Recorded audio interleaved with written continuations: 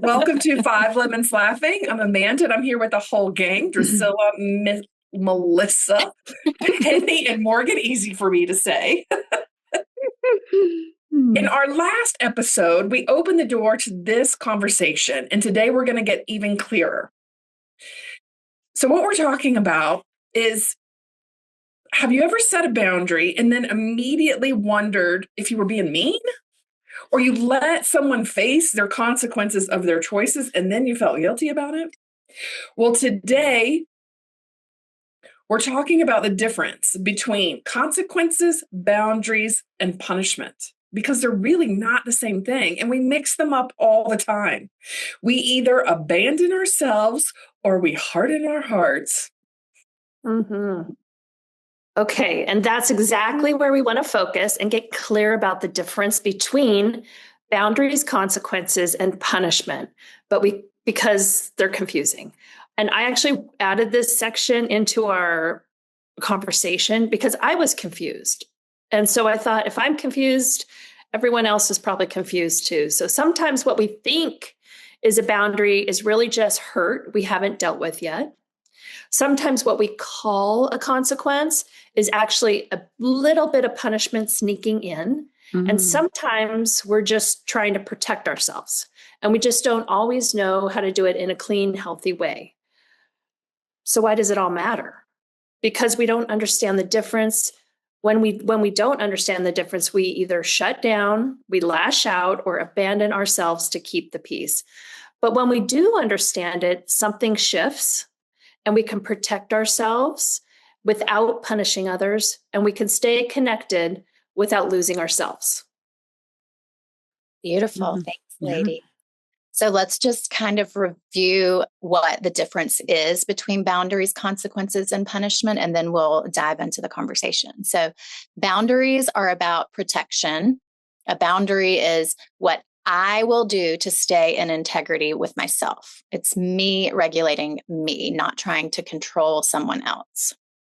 I think that's an important point. Consequences are about reality, and our 12-steppers here have probably know a lot about consequences because there's the whole let them experience the natural consequences of their actions. So that's what consequences are: the natural outcome of a behavior, not a threat, not a revenge. Penny's consequences have nothing to do with me. When Penny does X, Y follows. Sorry to use you as an example. Not a problem, Morgan. You're right under me on the screen.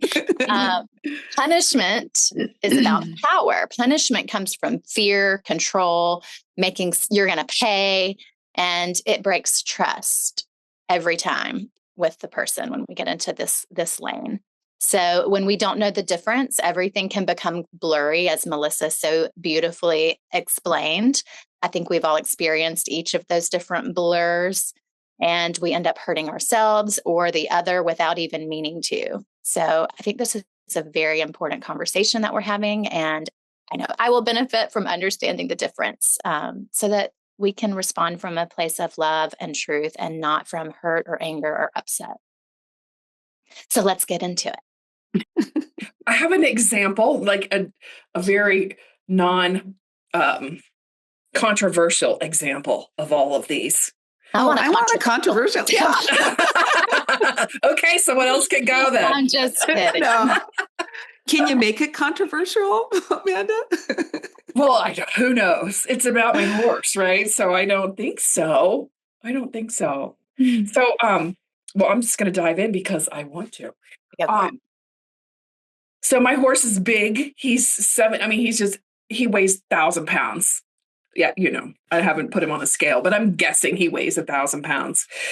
And he's very hard-headed, and I haven't had him a long time. So he is testing what he can get away with. He's testing his boundaries, right? He's trying to find the herd order. And right now he's trying to put me below him in the herd dynamic. And the other day I had tied him up because we were getting ready to go for a ride, and he stepped into my space. He was being rude, not that he would have attempted that. I had to set a boundary because of safety, right? He's 1,000-pound animal. I cannot have him stepping in my space or pushing me around or pinning me against a wall. Like that's not safe for myself or for him. So that is a boundary. And it's about me holding my safety. And I'm not trying to control him. I'm not trying to get him to do anything other than to stay out of my space. That's it. Then there's consequences. If I were to allow him to get into my space, I could get hurt. And he knows, like, I correct him when he steps towards me, I take him away. And the other day, he got really belligerent because I was gently correcting him. I was just asking him to move back over.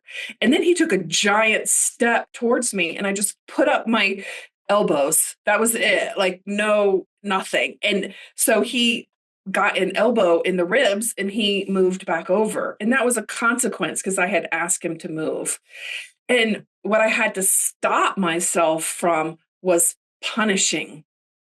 really punishing him, because he's a horse. He's doing what horses do. And when he stepped in me and I put up my elbows, like, fear came up, right? Like a sense of, oh shit. So, and then I had to really stop myself from over the top punishment, because then I just wanted to punch him, right? Like, I just wanted to punch him over and over again because my adrenaline was going.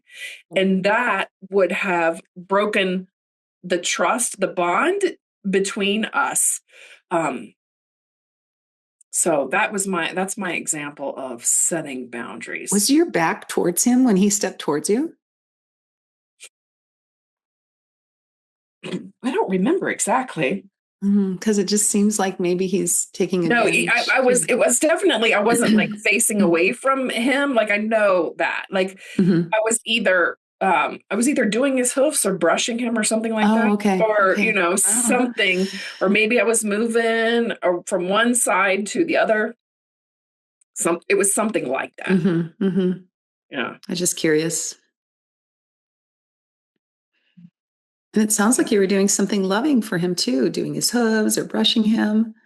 Yeah. Well, that's getting horses establish rank by feet. When you ask a horse to move their feet, when you get a horse to move their feet, that puts them lower in the herd. Like, if you ever watched herd dynamics. So when a horse was trying to get me to move my feet, that's why I planted myself and put up my elbows. Oh, So that's fascinating. Yeah. Oh. And it's so interesting, like, applying that to human stuff.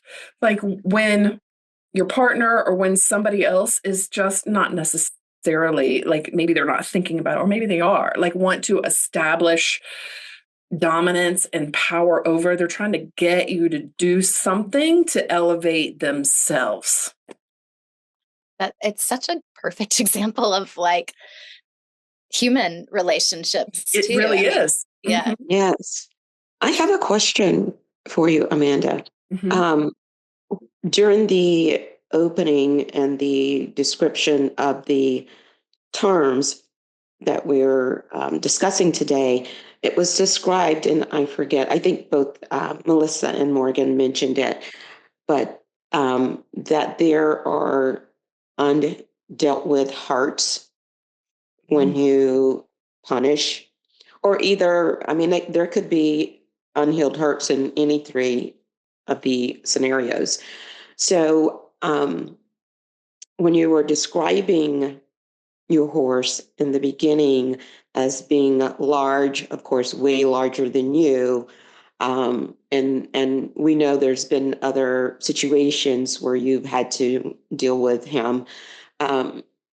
do you think that there are unhealed hurts? And did you feel anything, or maybe describe to us exactly what you were feeling at the time that he encroached upon your territory? Yeah. I'm so glad you asked that, because when I went to get him in the field, sometimes he walks up to me. Sometimes I have to wait till he steps towards me. I think that was the day I was leading him away, and he doesn't like to be told what to do. And he was already showing signs of not wanting to participate this day in what we were doing. So my guard was going up and up and up. And I was getting into my head a little bit about what I was supposed to do and what my horse was supposed to do. So my energy, I think, was a little bit up. He was being disrespectful, and I think I was getting agitated about that. So I do want to take responsibility for the part that I played, instead of staying in my body and staying grounded and slowing the process down. I was charging forward because of what should be happening. So there's that. And then, and he is a horse. He's probably 10, 12, 15. It doesn't, who knows, right? And he has had a life of, he was raised in an Amish, then he went to pulling carriages in the streets of Florida. So he's lived a long life and learned a lot of stuff. And so, And it yeah. sounds like he's had to do a lot of things that he didn't want to do. Probably he had to do a lot of stuff that, yeah, you're right. That maybe he didn't feel good, but he still had to go to work, just like most people. Yeah. Did I answer your question, Drusilla? Yeah, you did. Yeah. And you know, it's you know, as the introduction was getting a little deeper and deeper into the definitions, I wasn't really sure, but I think for myself personally, I saw a shift in my marriage from punishment to, you know, just setting boundaries, or not feeling like I needed to set boundaries at all. My question to myself was, if you're safe and secure in your relationship with a person or an animal or whatever, is there ever a need for boundaries? And I think I've, thought about that before in other episodes. And I feel like I've grown from thinking that I needed boundaries and to be firm about things to, in my marriage, not even thinking that boundaries are a real thing and that they are even necessary. Yeah. So, yes, but you did answer my question, Amanda, for sure. That, Drusilla, would take so much trust for me, right? For another human being, right? To not have to even think about that. Yeah, I mean, I don't know. And for those of listeners who's been on the journey, they know that this is a new place for my husband and I, and so I don't know that it's like a permanent thing, right? I don't know that to be the case, but I'm feeling that it is because it's shifting from a special relationship to a holy relationship. And if your relationship is holy, then there would not be a need for boundaries. Is how I'm thinking of it. You said something super interesting, Drusilla. I don't know exactly how, but you mentioned like moving away from punishment before you could even get to that. So was there some point in your relationship where you were punishing him for stuff, like, or, subconsciously or consciously? Yeah, probably both, I would say. Withdrawing love or shutting down, my heart which is just hurting yourself. We know that by now. But yes, I would say the whole time, all the years prior to this past year, I think for both of us, and I will just speak for myself, every time there appeared to be an infraction or something that we didn't like or approve of, or that I didn't like or approve of, that my husband did, was met with some type of setting a boundary in case something happened in the future, or a withdrawal of some type of affection or something that I thought he might want, and taking that away. And so, yeah, it was a conditional way of being in a relationship with someone, which is what a special relationship is. I'm not so sure that I fully agree with this concept that a holy relationship wouldn't need boundaries. And I'm just thinking this through. I don't have it fully fleshed out, but in my mind, and perhaps you all see it a different way, so I'm just going to say how I see it. A holy relationship is a relationship that has been given to the Holy Spirit for the purpose of our healing, our awakening. And Conversations with God, which is the book that I'm reading now, it talks about how relationships are constantly challenging us, constantly calling us to create who we are, who we wish to become, higher versions of ourselves, grander visions of ourselves. And in that aspect alone, are relationships helpful to us? That is them serving our purpose. So a relationship that challenges you and that may require boundaries does not mean that it's not a holy relationship. And so the example comes to mind of, yes, withdrawing love would be a punishment, a form of punishment. Love is meant to be unconditional. And however, bringing it back to the definitions we outlined in the beginning, a boundary is about what am I doing for myself? It's not about the other. So, for example, with my husband and his experience with addiction to alcohol, if he chooses to drink and or get drunk, one way that I protect myself is by withdrawing my presence, my energy from his space. And that is not the same as withdrawing love. And he does sometimes perceive it as punishment, but it is not me punishing him. It is him not being able to comprehend what is happening, why it is happening. But it is not a punish. It's not coming from an energy of punishment. It is putting myself first, which is an act of love. And there is no difference from other and self. We know this in truth. We're all one. So I'm just kind of talking this all through out loud. I'm not sure exactly where I'm going, but this is what's coming up for me. Yeah, I can see that. Yeah. But yeah, go ahead, Melissa. Well, I was going to say the same thing. I can see that. And I can also see, just having been on the journey with you, Drusilla, I can see that you are to a point where you have been focusing so much on trust that boundaries may not be in that equation right now, because you both are trusting each other so much and open to that.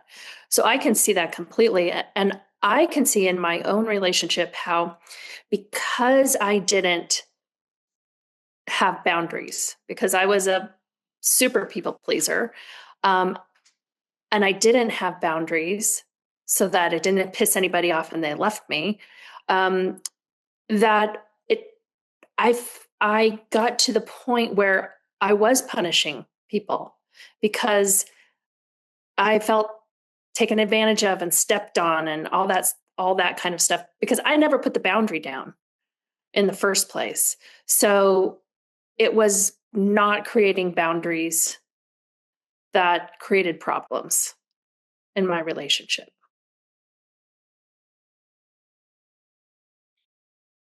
So actually, Melissa, it was you not taking care of yourself, right? Right. Yeah. Yeah. Yeah. When boundaries are for me. Yeah. We learned that in the beginning. And I never even learned how to have boundaries. So I didn't. And it made me, it just reinforced the worthlessness. And then I took that feeling and I put it out that it was someone else's responsibility to make me feel worthy.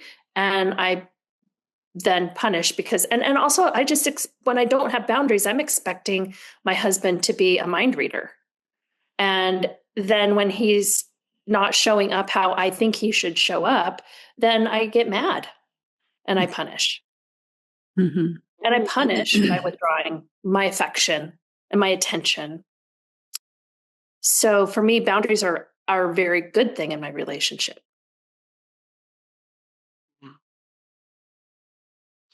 I think for what came up for me, and I know Penny loves this quote, is that in my defenselessness, my safety lies.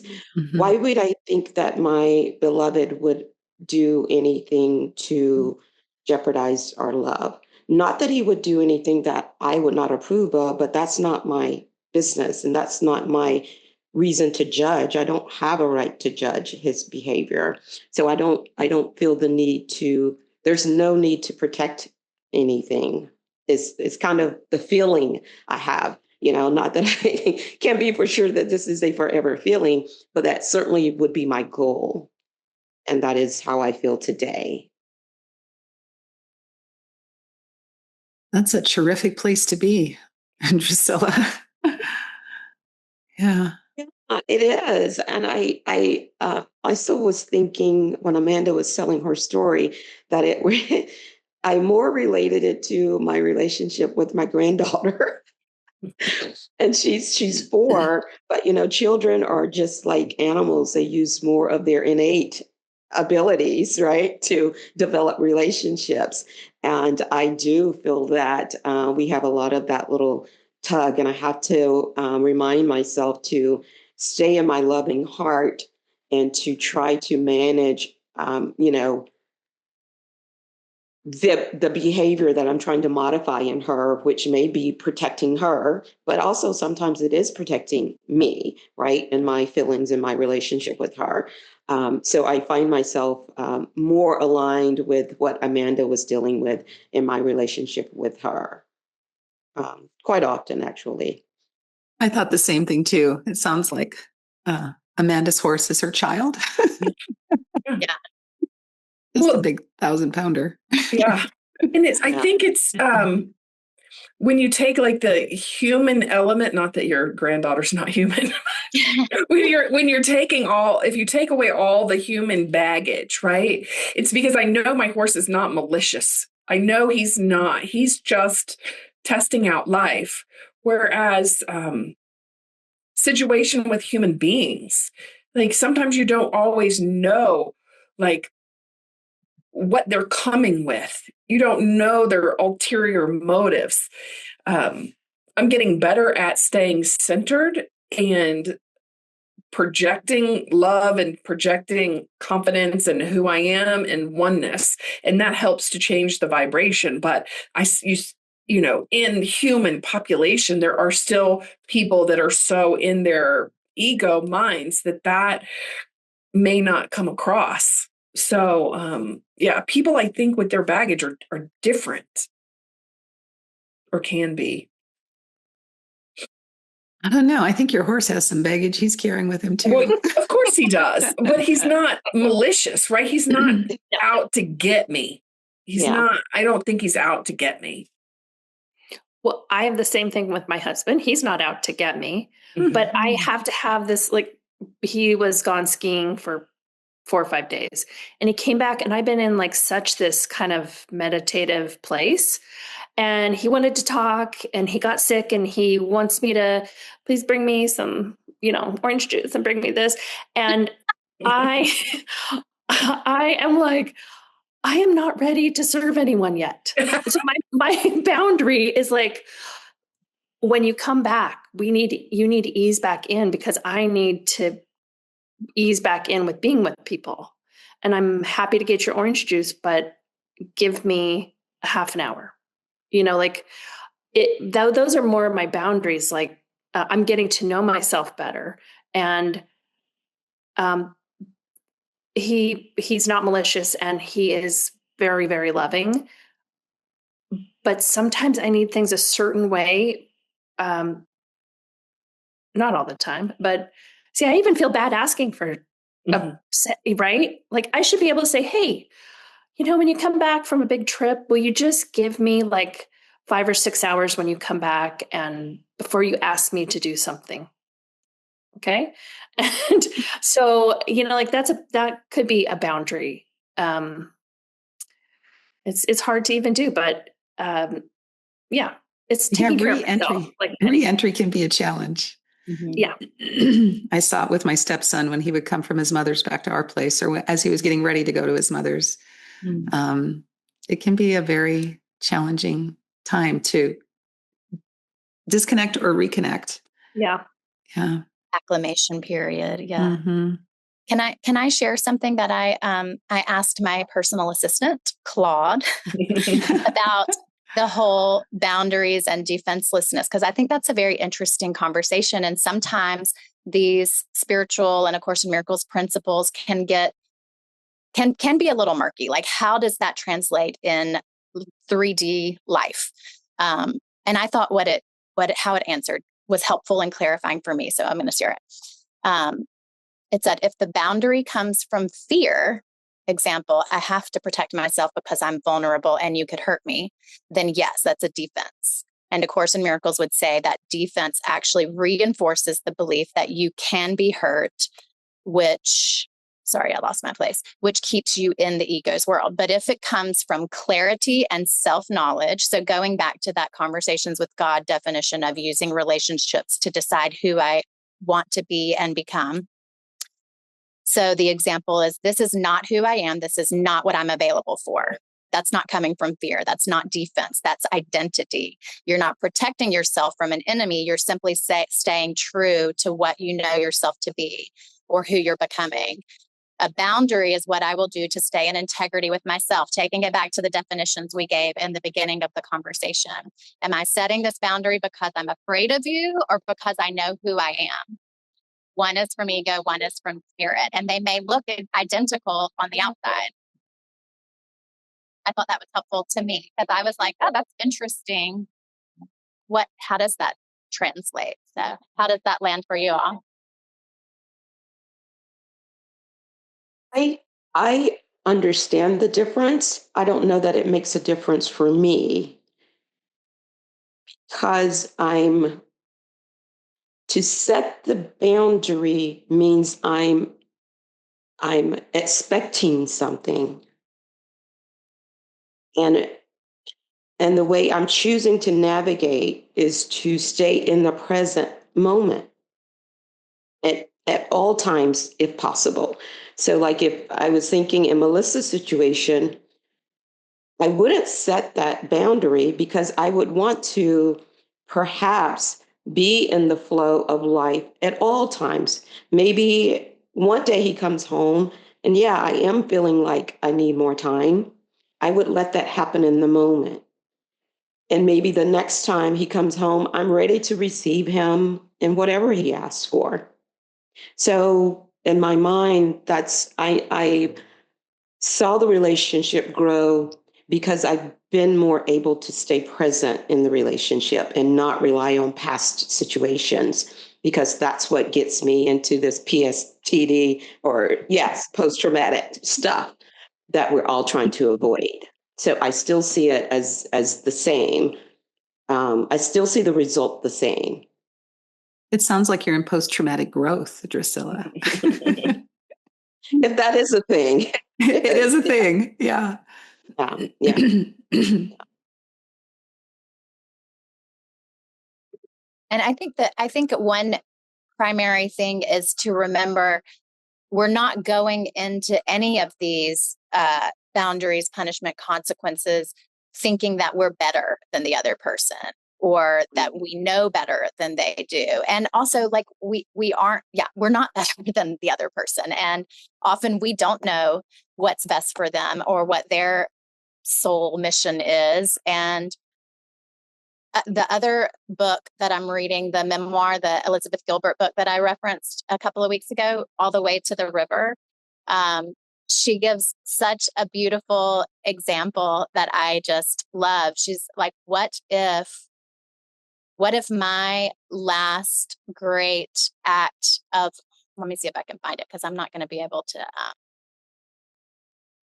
what if her final act of love was to hurt me so badly that I would be faced with the choice to either tank alongside her or be jolted into my next level of evolution? And what if my final act of love to her was to refuse to play into her manipulation? So to me, this is a holy relationship. It sometimes looks messy in the 3D, you know what I mean? Like, but if we're using it for our transcendence, for our growth, for our evolution, then it is serving its purpose. We think that a successful relationship is one that lasts forever and until death do you part. Those are worldly social norms and expectations placed upon relationships. The true measure of success in relationship is it supporting me in expressing and becoming who I am, in my opinion. That's great. I love that. Like, what will your final act of love be to someone? Because you never know, right? Mm-hmm. You just never know. I love that clarification, Morgan. And what I got out of that and Drusilla's story is staying present, accepting what's going on. So correct me if I'm wrong, Drusilla, you're not going in with pre-existing boundaries. Like, if this happens, I'm going to do this. What I'm hearing is you're present in the moment for whatever is, for whatever comes up. So it doesn't mean like, if your husband were to come home and you need an extra minute or 10 to go do something or finish something, that doesn't mean that you, like, not having boundaries to me sounds like you just drop everything and do his bidding, right? But I'm not hearing that. It's just you're being present to what is and whatever is, the most loving choice. If I got that right. And Yeah, sometimes it is. the loving choice is putting yourself first. Yeah. Melissa. Yeah, I think that that is. I just don't see the delineation. It's almost so blurred that it doesn't exist. Is probably how to describe it. Um, it's I can describe it like this: that I know that there's it's a real quick part in the A Course in Miracles, and I can't say exactly where it is, but there's a part that says, why would you ever have the expectation if your goal is oneness? Do you ever have it in your heart that your expectation is to hurt your beloved? If not, then why would you think that they would ever hurt you or ask you for something that you couldn't give them? So the expectation is whatever he asks, he's coming from a loving place. And why wouldn't I want to give whatever they're asking? So that is the premise of it. And I would say that it creates just a more loving, and me showing up that way, I think also allows him to show up that way as well. And that is what I see as the overall goal. It doesn't mean that there's not going to be, or that there hasn't been a time where he asked me to do something and I did feel something, I felt some resistance, but I felt for me, the growth of that was to not resist, because he's asking me to do something, and it's coming from a loving place, and I'm going to do that, even though there may be resistance, and I may feel like that's a boundary. I feel like my goal should be to not resist. That to me is is the nature of growth, that I think you're speaking of, Morgan. For me, that is what the growth is about, is to see those places where I may have resisted before, and 9 times out of 10, they were based on past things that happened in the relationship. Yeah. And I think sometimes it's like the spiritual teachings of A Course in Miracles and the physical embodiment of those teachings get mixed up. It's not often such a literal translation. Like, yes, there is a cry for love underneath the request, and we are to respond with love.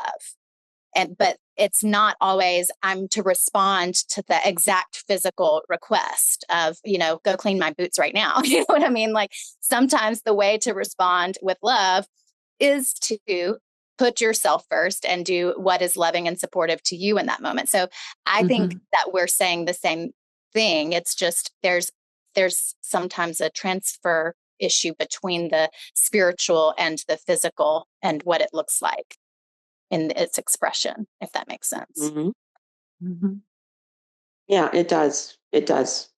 Because if I'm responding out of my loving heart, then the expectation is that, and this is kind of always, trying to mirror it, that my expectation was that he receives it from my loving heart, no matter what the response is physically, right?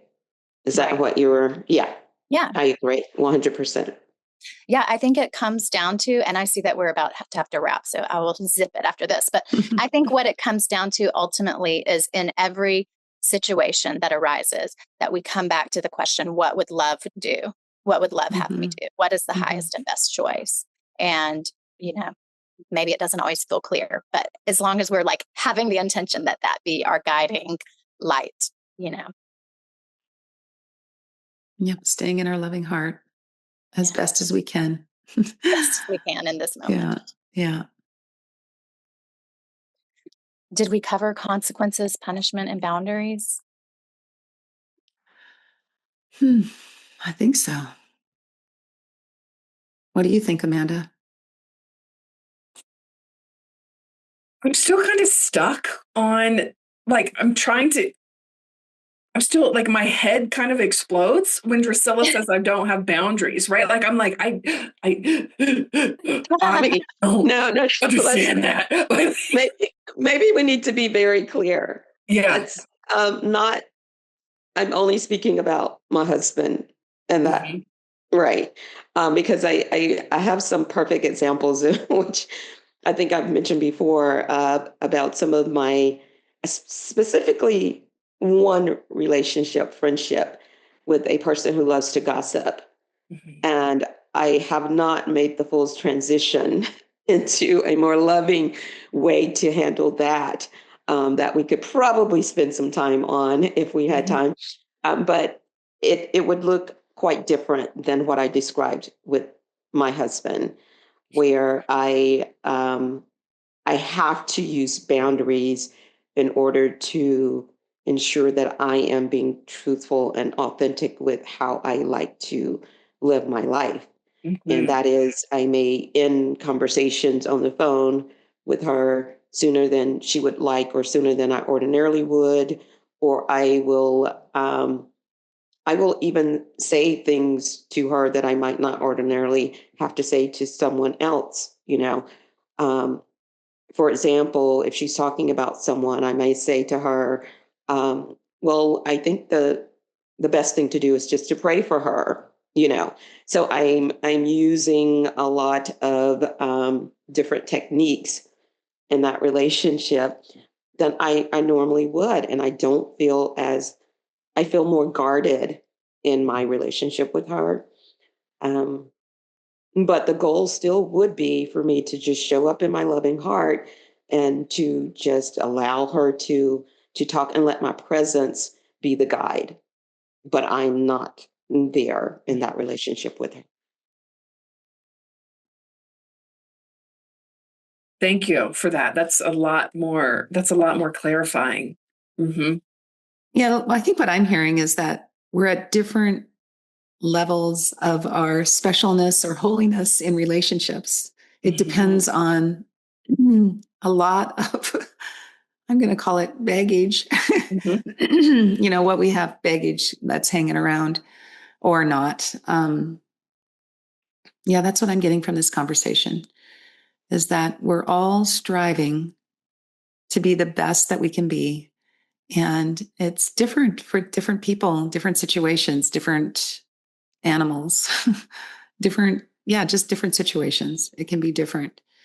And of course, we're all striving to be in our loving heart. And if it does include setting some boundaries from love, that's what works to keep us in our loving heart too, so that we can stay where we want to be in the situation. I do have a couple of post-its, well, 3, 4.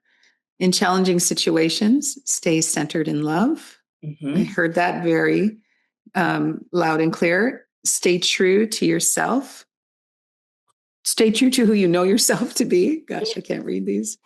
Stay present in the moment at all times. I thought that was beautiful. That's, I don't know, future and past tripping can come into play when we're maybe triggered. And then what will your final act of love be? I think every minute should be the final act of love, right? Yeah. Yeah. So this is a conversation that we could keep going for a long time. And it can be confusing at times, and it can be challenging to know how to when and what to do in a situation when we might not be as centered and present as we think we are. So we don't have to get it perfect. We don't have to, get it right. Just continue to get honest with yourself and understand what it is that you need to feel, I'm going to say safe, to feel safe in the relationship, in the situation. And it might be nothing, or it might be an elbow in the rib. It could be with the horse. Don't do it to people. Yeah. So pause, just take a breath. The pause is so important in all these situations when we can pause. And so just pause, take a breath, and become centered in the truth of who you are, and then operate from there. I think that's the best thing to do. So with that, thank you so much for joining us today. Of course, we always like to say that your transformation is our greatest joy.